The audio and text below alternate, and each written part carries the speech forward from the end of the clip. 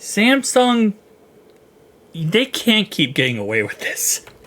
It's like every company that comes out just outdoes them in every way when it comes to, certain features like battery life. Very important, right? Battery life of your cell phone that you're spending all this money on. And it's a main reason why I refuse to buy a Z Flip 6, because I don't really think it's much of an upgrade. And honestly, the Z Flip 6, again, as I've said many times, Z Flip 5, that was the big upgrade. And I don't think we're going to see a huge upgrade to Z Flip series in quite a bit. But the Z Fold 6, I love it, but again, they didn't upgrade the battery. Both the Z Flip, Z Flip 6 did get a battery upgrade, but the Z Fold 6 did not.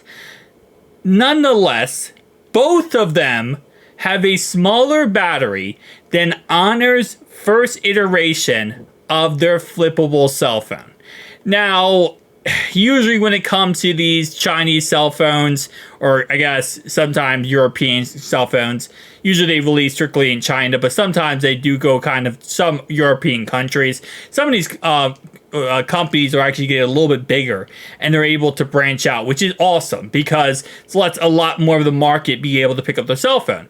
Nonetheless, most of these cell phones that come out, there's always like that big thing that's cool, like, oh, this has a 4800 4800 battery. But then there's stuff that's like, okay, you're losing some things here. Sometimes it's waterproofness, sometimes it's wireless charging. I feel like companies like Honor has done a really good job of kind of giving you all of it, but there are some companies that come out with these cell phones and they're missing a thing or two, right? They might have this better, but usually they're missing some things. But still, 4800 battery.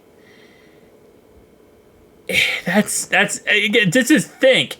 That's more than the Z Fold 6 and the Z Flip 6 is insane to me.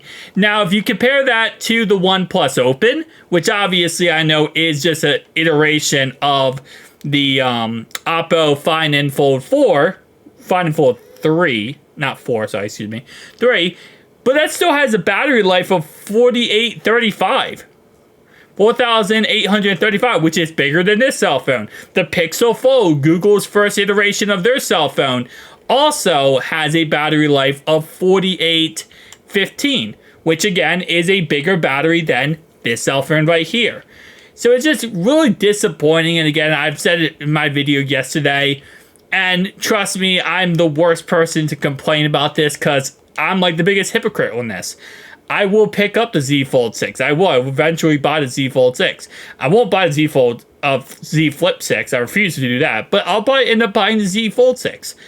And it's because, I love my foldables. But at the end of the day, that's why this mediocrity for Samsung is continuing forever and ever, it seems like, with these foldables, is because they know there's guys out there like me that will continue to buy their cell phone even if they don't upgrade it pretty much at all.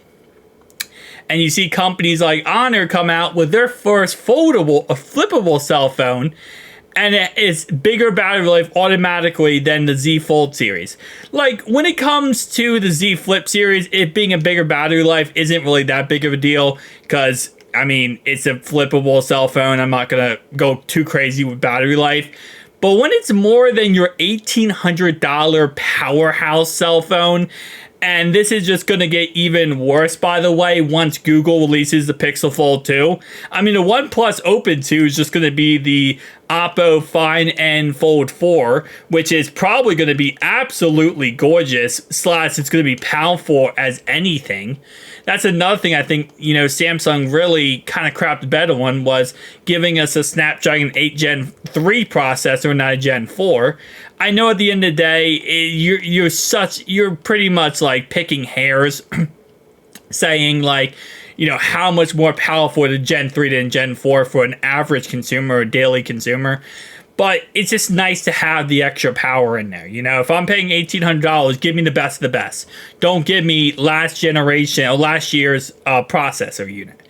But when it comes to the Pixel Fold 2, that's coming out with the Tensor G4 chip, Google has already said they're going to come out with the most powerful chip they have, which is just going to blow this phone out of the water.